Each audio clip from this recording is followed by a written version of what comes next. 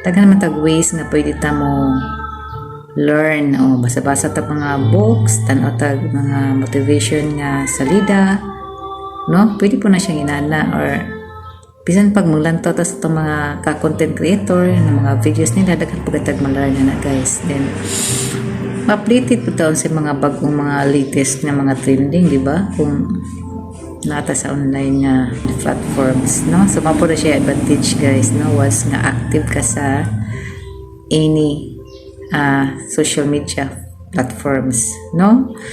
Ako kay affiliate pa ko sa LiveGood, affiliate ko sa Shopee, then soon affiliate ko sa TikTok. Sa pagkakaroon wala pa kayo pabjo ko kabot og followers nga 600. So una nga usahay mag-live ko sa TikTok guys, may lingaw ba para makakonect ang mga tao din kung nahas lang follow o di ano na siya, no?